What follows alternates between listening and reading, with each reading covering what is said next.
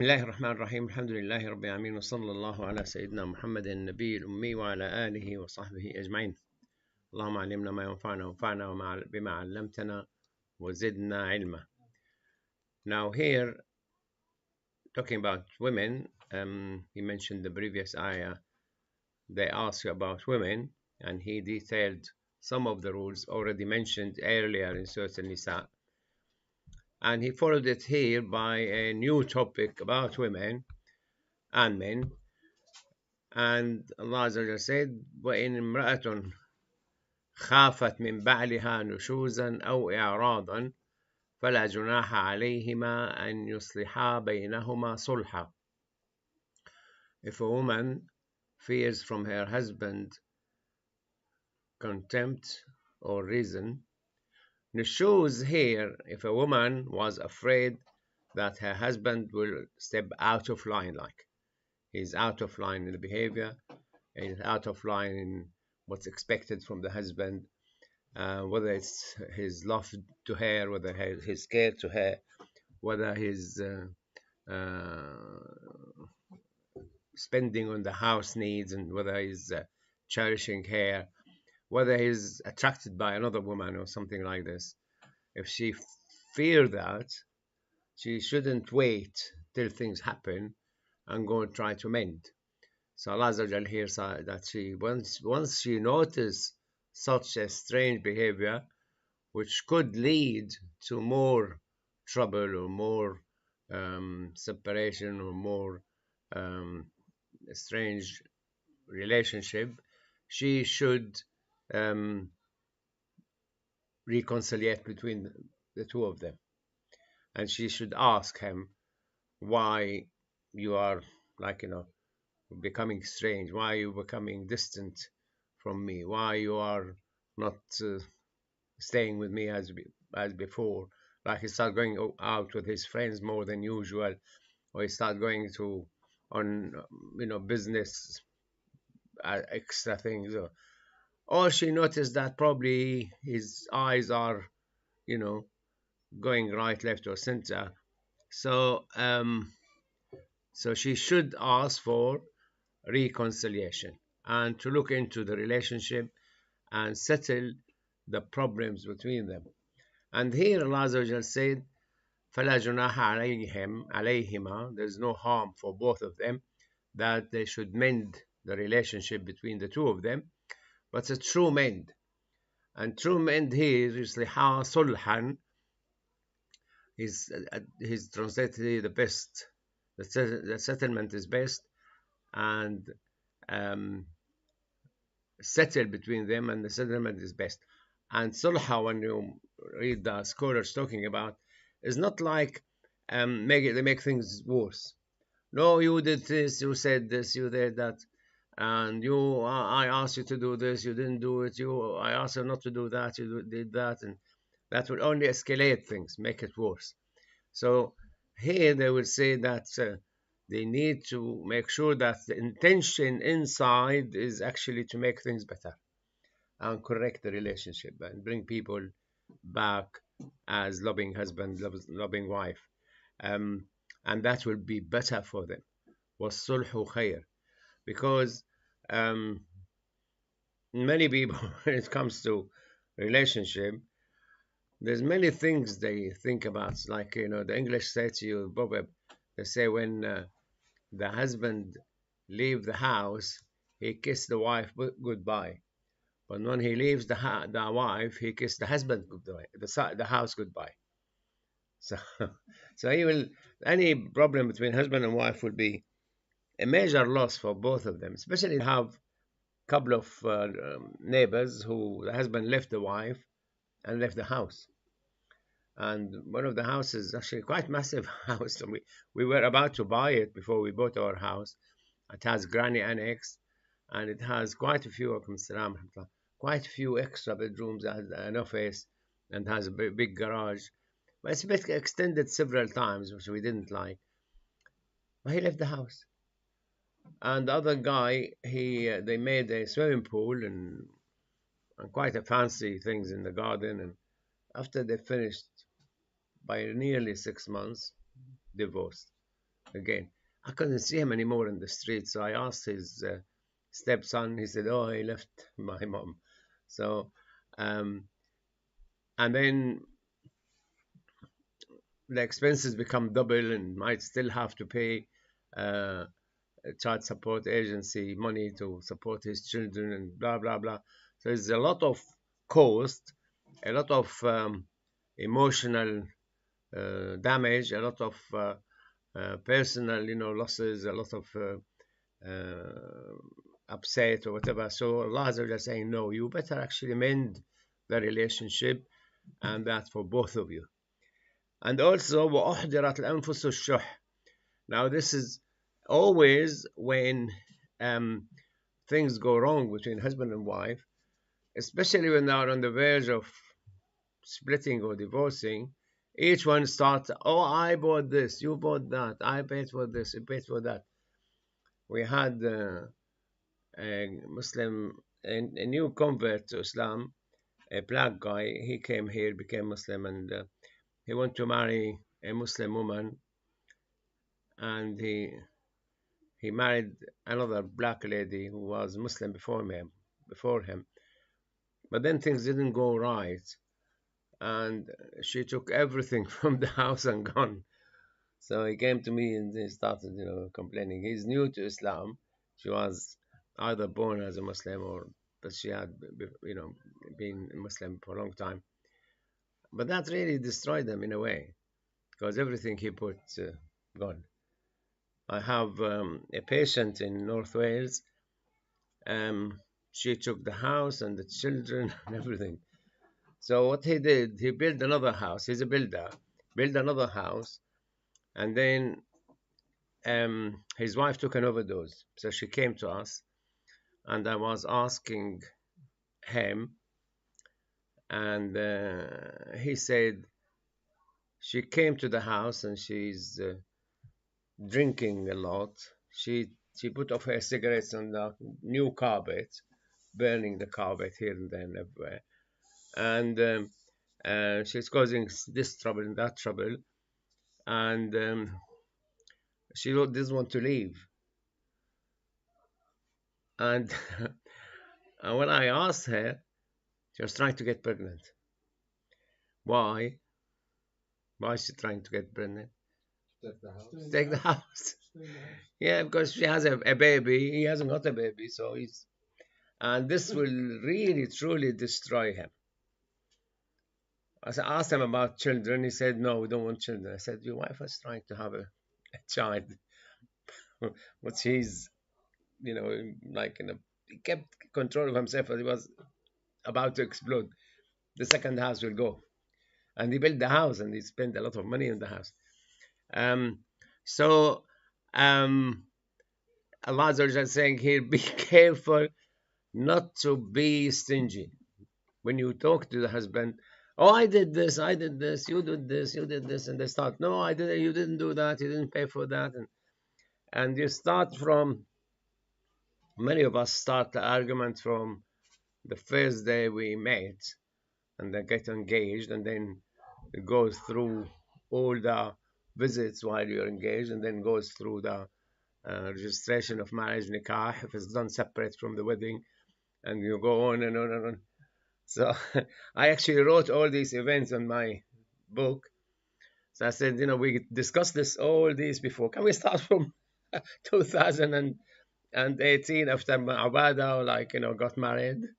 So, because the last one left the house. And so, you need to, and then we settled, you own this, I own this. And, don't need to discuss who owns what, whatever. But subhanAllah, this is what Allah said. Avoid being stingy, avoid talking about who owns what, who takes what. And in this country, there's solicitors especially to teach the husband or the wife what to do, what to say, to confiscate everything, and how to blame the husband of this and that.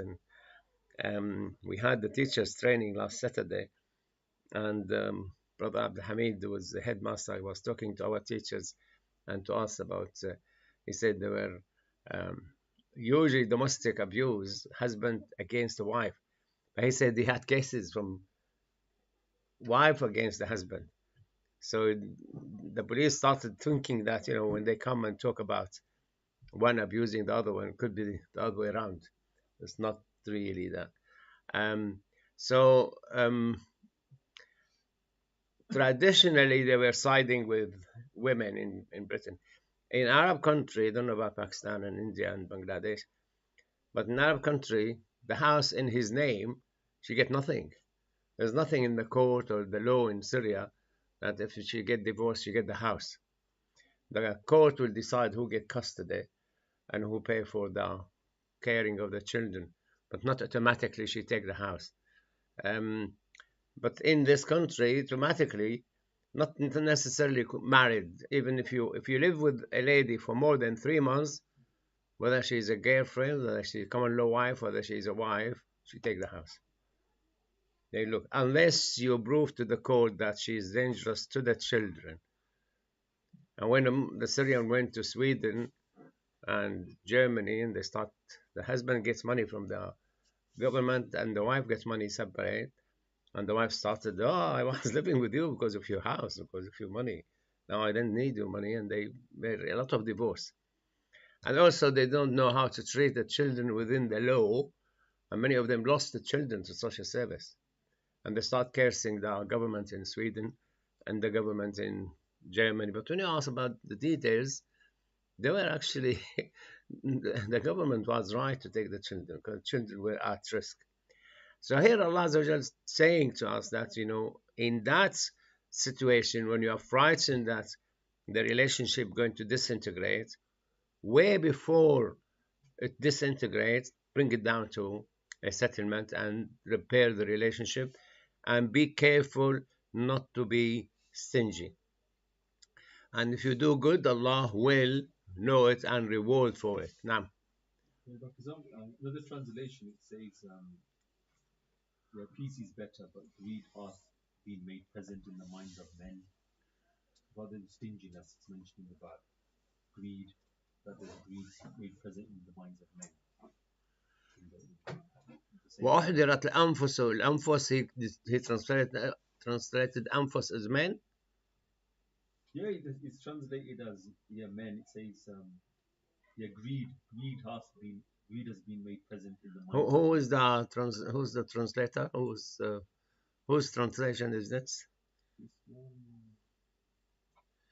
Because it carries his understanding to Islam in his where he come from. But in the Quran itself doesn't say men. Anfos, persons. Anfos means nafis, person, man or a woman. Allah created you من يا أيها الناس اتقوا ربكم الذي خلقكم من نفس واحدة. So the man is a nafs and the woman is a nafs. So أنفس الشح could be the man, or could be the woman, and could be both. But in this situation, it's more likely for both of them. Yes, put men in brackets. No. Yeah, it shouldn't actually. He put here human brackets. He put human, which is more accurate. Yeah. And Allah Azza wa Jal is aware of what you do and aware تعملون إن الله كان بما تعملون خبيرا. Allah is more aware of what we do. And then he said ولن تستطيعوا أن تعدلوا بين النساء ولو حرصتم فلا تميلوا كل الميل فتذروا. So you can't be just between or establish equality between the wives you have, assuming you have 2 wives or 3. And here the emotional attraction. So he might be the Prophet ﷺ, he used to divide between his wives, and he says to Allah, oh Allah, this is my division for things which I can't control of, but don't punish me for things you are in control and I'm not, which is the heart. The heart could love somebody more than other. And it was known in the time of the Prophet that he loved Aisha more than the rest of his wives. So when Sauda didn't want to have the wives' responsibilities anymore and duties anymore, the Prophet ﷺ said, okay, well, I can divorce you if you want. She said, no, I want to remain the mother of the believers, Umm al-Mu'mineen. I want to remain as your wife, and I want that to also take me, carry on with me to Jannah, but I will give my night to Aisha. So uh, you can say to your wife, if you find me Aisha, I will. But that's a joke. But um, the problem with a lot of Muslims that they compare our life, and non-Muslim especially, now to the life 1400 years ago, and you cannot. In 1400 years ago, if a husband dies or gets killed, there's no social security to look after the wife. There's no child support agency. There's no income. There's no governments to provide regular food, regular money, regular this. So the woman would be very keen to get married to somebody else. So the habit of marrying a second one or third one was more than necessity, more than enjoyment, because she would be left without.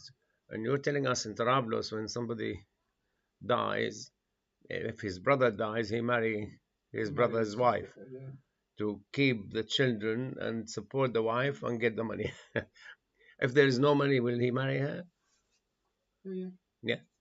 So that's a habit. It's more support for children also, so not other men come and look after it. Yeah, they don't want their children to be probably mistreated by the stepfather and things.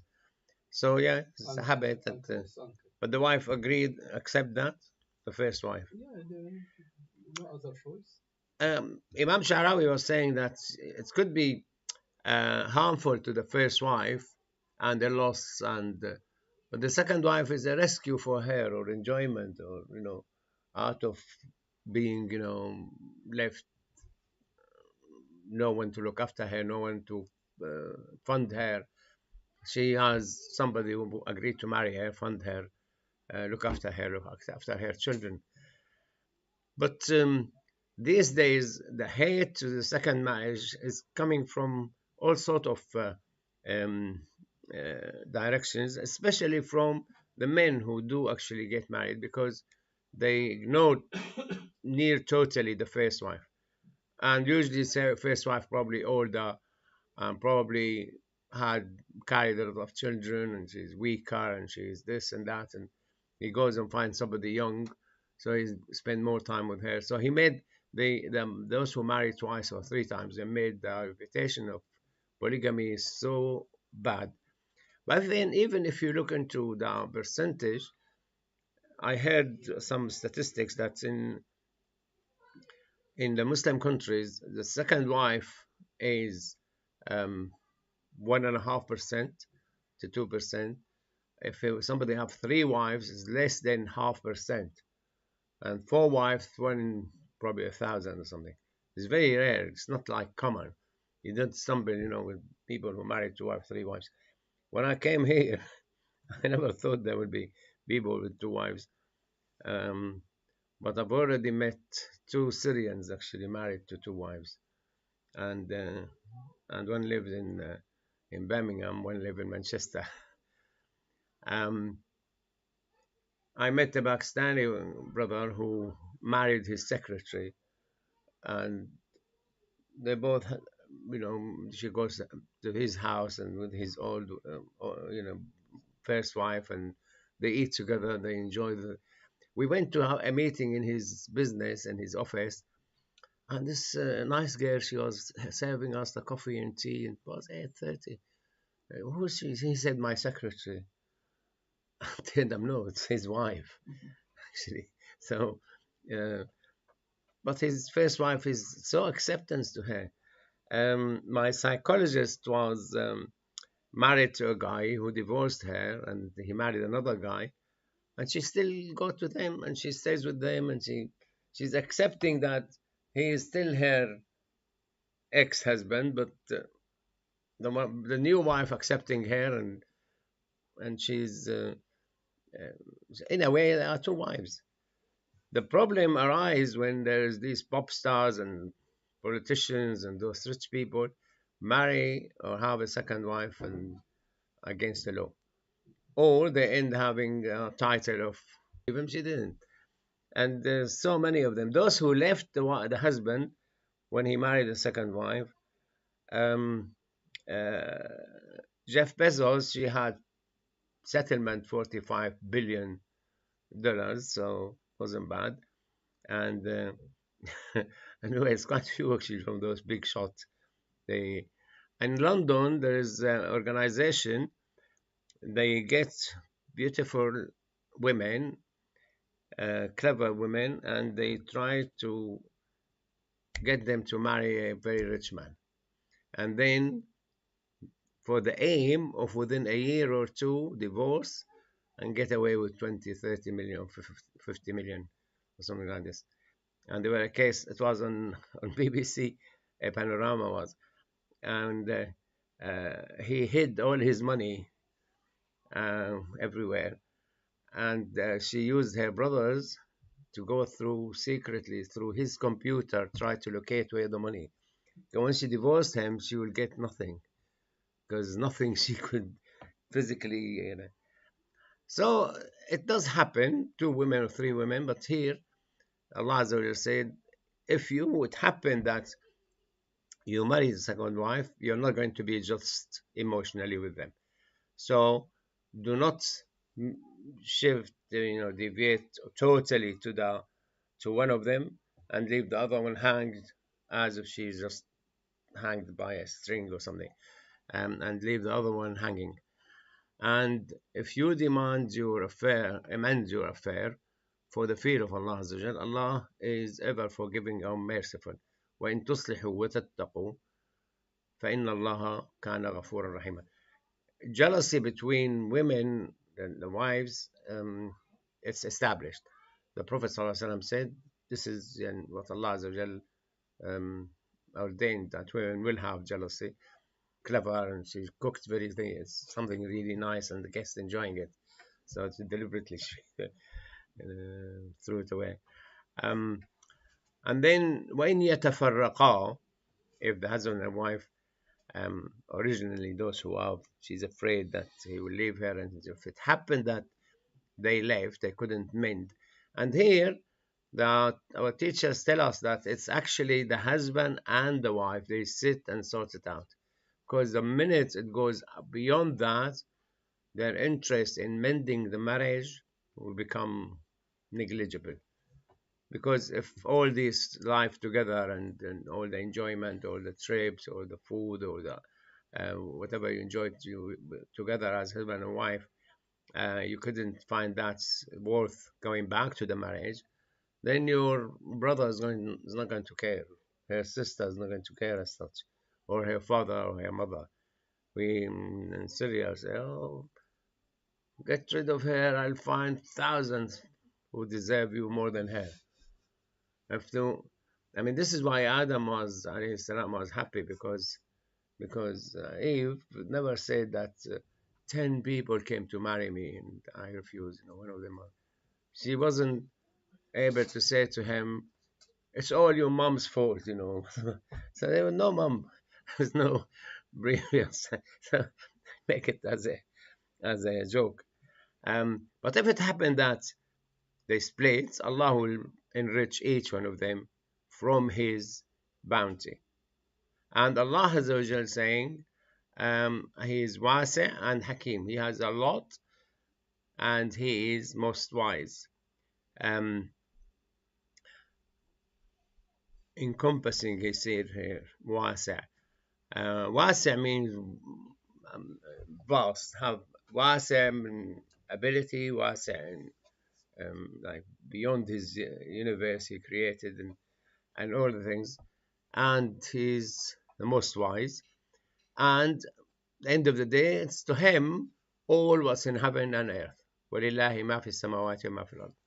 One of the things striking when you read this here, he said here, لِلَّهِ مَا فِي السَّمَاوَاتِ وَمَا فِي الْأَرْضِ. He repeated here, فَإِنَّ لِلَّهِ مَا فِي السَّمَاوَاتِ وَمَا فِي الْأَرْضِ.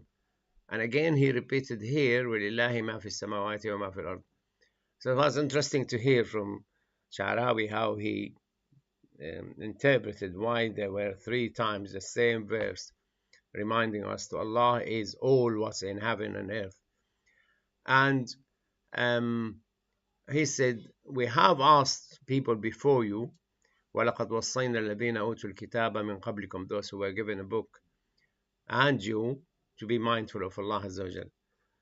And if you reject Allah Azza wa Jal, again, He doesn't need you. Allah Azza wa Jal is the owner of heavens and earth anyway. So you're not rejecting somebody, you take away part of the property you have and you go out of the kingdom of Allah. You can't. You are still within His kingdom, and at the end of the day, the person dies and leave everything to Allah Azza wa Jal. So again, Allah reminded us to Allah was in heaven and was in earth, on earth, and Allah is the most rich and free of need. Ghaniyan could be rich, and Ghaniyan also he doesn't need anybody because he has what's enough for him. But he actually creates what you need. It's not like you need Allah Azza wa Jal. Allah Azza wa Jal said, يا ناس أنتم الفقراء إلى الله والله هو غني حميد. أنتم الفقراء. You are the one who need Allah, and Allah is the one who gives. I mean, not only money, health, the happiness, tranquility, the settlement, the emotion, the sleep. And again, وَلِلَّهِ مَا فِي السَّمَاوَاتِ وَمَا فِي الْأَرْضِ وَكَفَى بِاللَّهِ وَكِيلًا. Again, Lillah, what's in heaven and earth, and you need Him, and He can act on your behalf.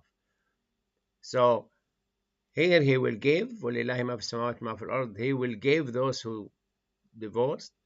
He will give the husband enough. He will give the wife enough. And because to Him belongs all what's in heaven and earth.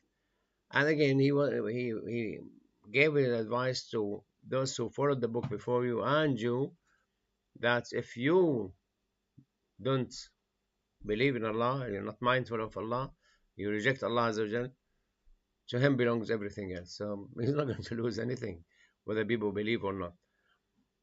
And the third one, لِلَّهِ مَا فِي السَّمَاوَاتِ وَالْأَرْضِ.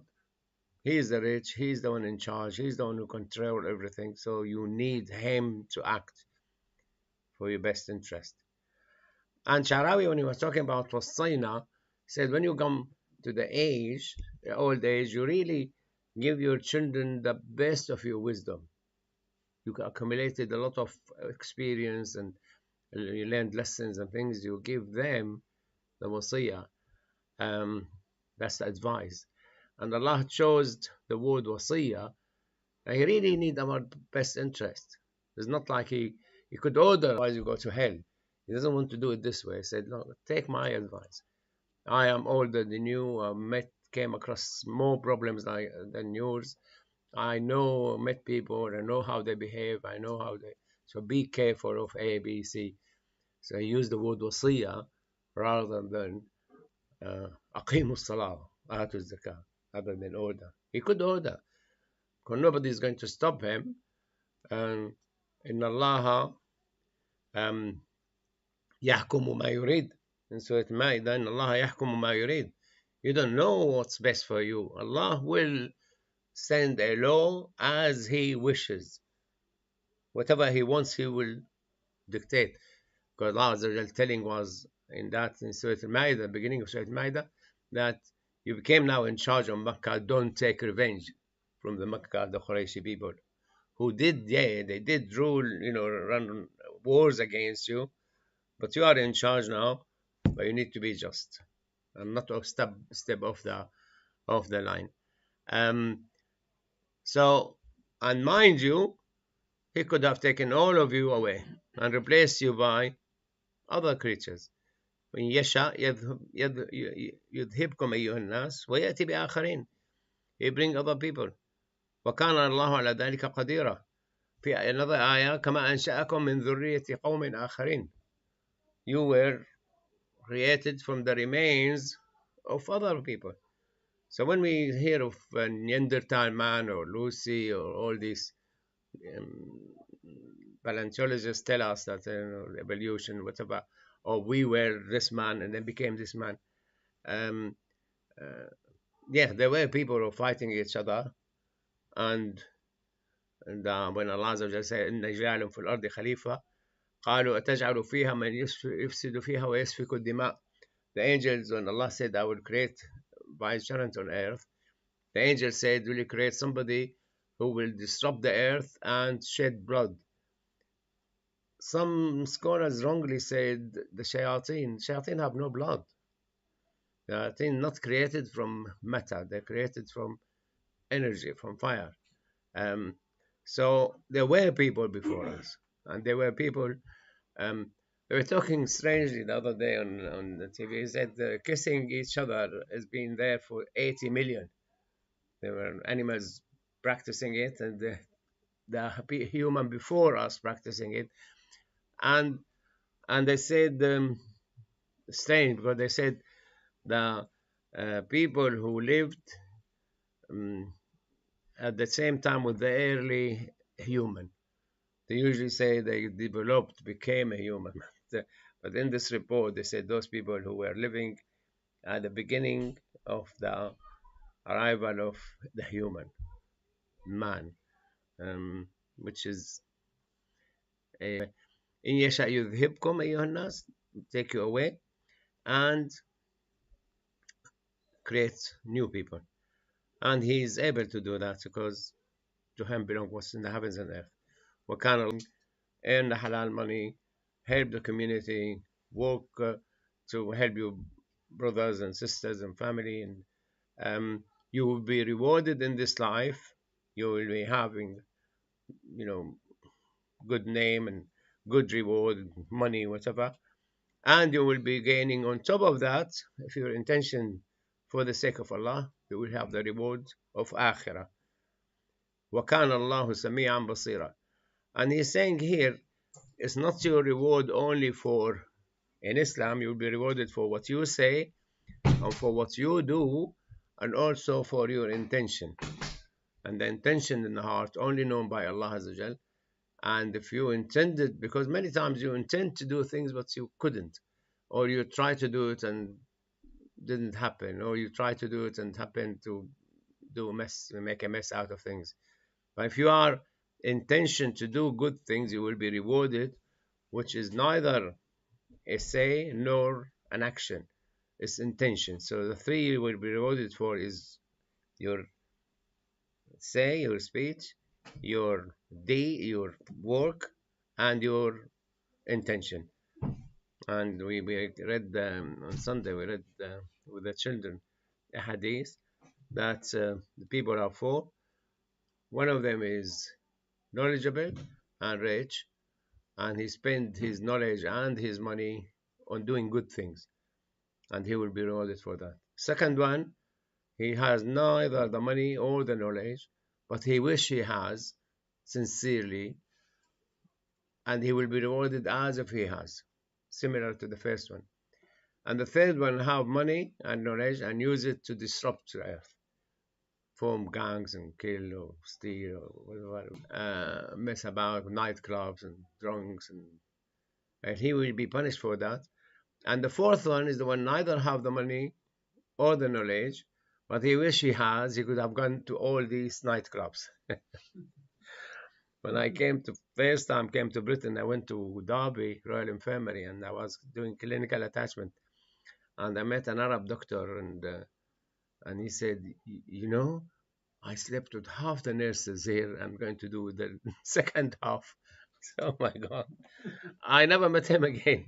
That was the only time I met him, spoke to him in Arabic. And he said this is what he did, that his intention to.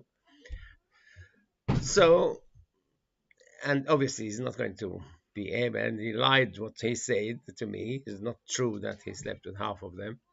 But this is the desire he has. He will be rewarded. He will be punished for that, obviously. And you come across, I mean, I didn't come across many who invited me to go to bad places. I was doing a course in Nottingham, and one Iraqi guy said, "Oh, there's a nice nightclub here. Shall we go?" So you could get, and how would you behave with them? and escape. سبحانك اللهم وبحمدك نشهد أن لا إله إلا أنت نستغفرك ونتوب إليك. اللهم اجعل اجتماعنا هذا اجتماعا مرحوما وتفرقنا من بعده تفرقا معصوما. May Allah Azza wa Jalla make our meeting blessed and protect us after leaving here. أعوذ بالله من الشيطان الرجيم. بسم الله الرحمن الرحيم. والعصر إن الإنسان لفي خسر إلا الذين آمنوا وعملوا الصالحات وتواصوا بالحق وتواصوا بالصبر. الحمد لله رب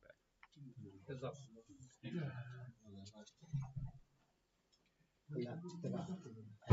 ولقد وصينا الذين اوتوا الكتاب، وهذا دليل ان الانسان مخير وليس مسير، صح؟ ان وصينا ان اعطاك اسهل شيء انت تعرفها، مخير فيما يملك ومسير فيما لا يملك. فلذلك نحن يعني انه مخيرين. ايه والمخير حسب ايه مو هيك، في الله يخليك تاخذها وفي الله يخليك ما تاخذها. صح. فبتجي انت بالاخير بتلاقي انه لا، الله عنده بلان. اذا جيت مع البلان تبعه سلامتك.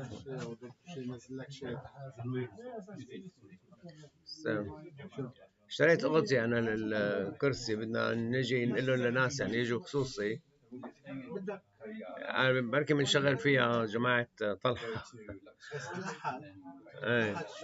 هدول كل الكراسي اللي badly stained، لا كل الكراسي اللي heavily stained بدي لبسهم الغطاء هيك مثل ما سويت تحت. شفتوا الكرسي تحت؟ شفتوا ايه كيف طلع؟